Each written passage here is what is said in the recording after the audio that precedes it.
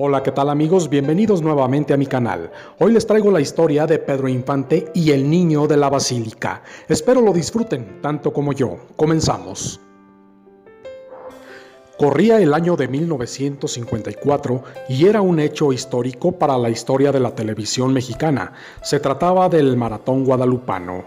Dicho evento era para recaudar fondos para la construcción de la nueva Basílica de Guadalupe, la cual comenzaría a construirse en la década de los años 60.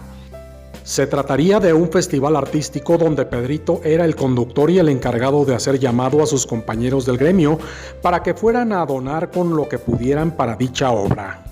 Se dice que el gran corazón de Pedro Infante y su gran fe que le tenía a la morenita del Tepeyac no quiso cobrar dinero alguno por su participación, y que fueron más de 25 horas las que estuvo al frente de las cámaras invitando al pueblo de México y a sus compañeros artistas para que donaran en el atrio de la basílica con lo que pudieran.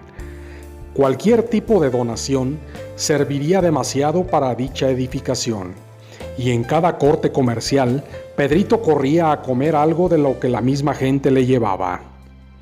Esto no fue ningún impedimento para que nuestro ídolo bajara la guardia en su estado de ánimo. Al contrario, cada que una persona del pueblo se acercaba a dar su donación, Pedrito la recibía con todo el gusto del mundo. Como fue el caso de esta tan tierna historia que estamos a punto de escuchar. La historia se trata de un niño de nombre Samuel Mesa Rodríguez, quien recuerda con mucha alegría y un poco de nostalgia su momento vivido al lado de Pedro Infante en ese dicho evento televisivo, y nos comenta lo siguiente. Las filas de gente eran enormes, aún lo recuerdo. Todos se amontonaban para ir a donar alguna cantidad de dinero.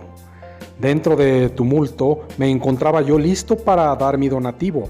En aquellos años yo era apenas un niño, y mi corazón latía con gran fuerza y mis manos me sudaban de la emoción. No creía a la vez y sí que vería en persona a Pedro Infante, ya que solo lo veía en las películas y escuchaba sus canciones.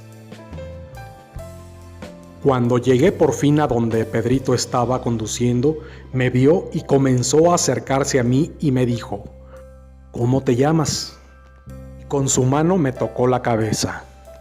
Pero comenzó diciendo lo siguiente: amigos míos, aquí tenemos a un pequeño que viene a contribuir con esta labor para nuestra madrecita. A ver, ¿y cómo te llamas, chaparro? Me llamo Samuel Mesa. Pues mucho gusto, Samuel. Platícanos a todos en qué año vas. Estoy estudiando la primaria, señor Pedro.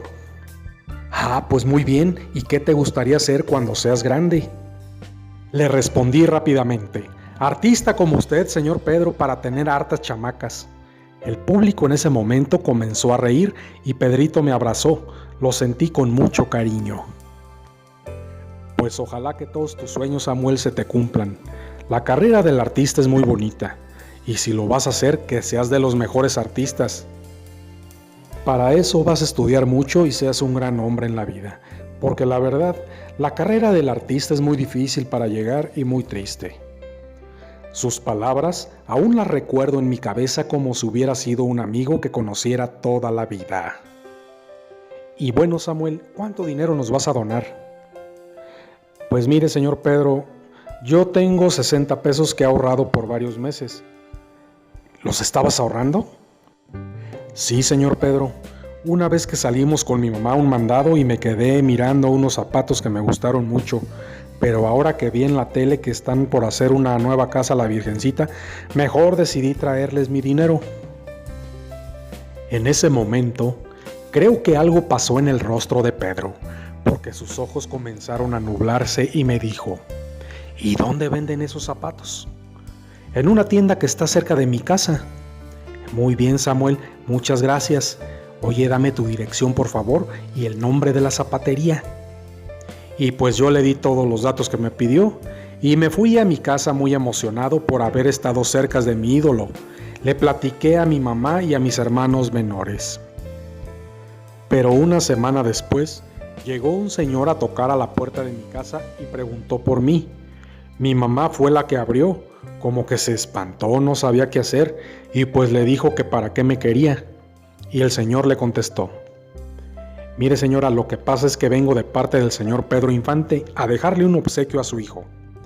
Mi mamá me llamó insistentemente y cuando salí vi mi regalo, no lo podía creer.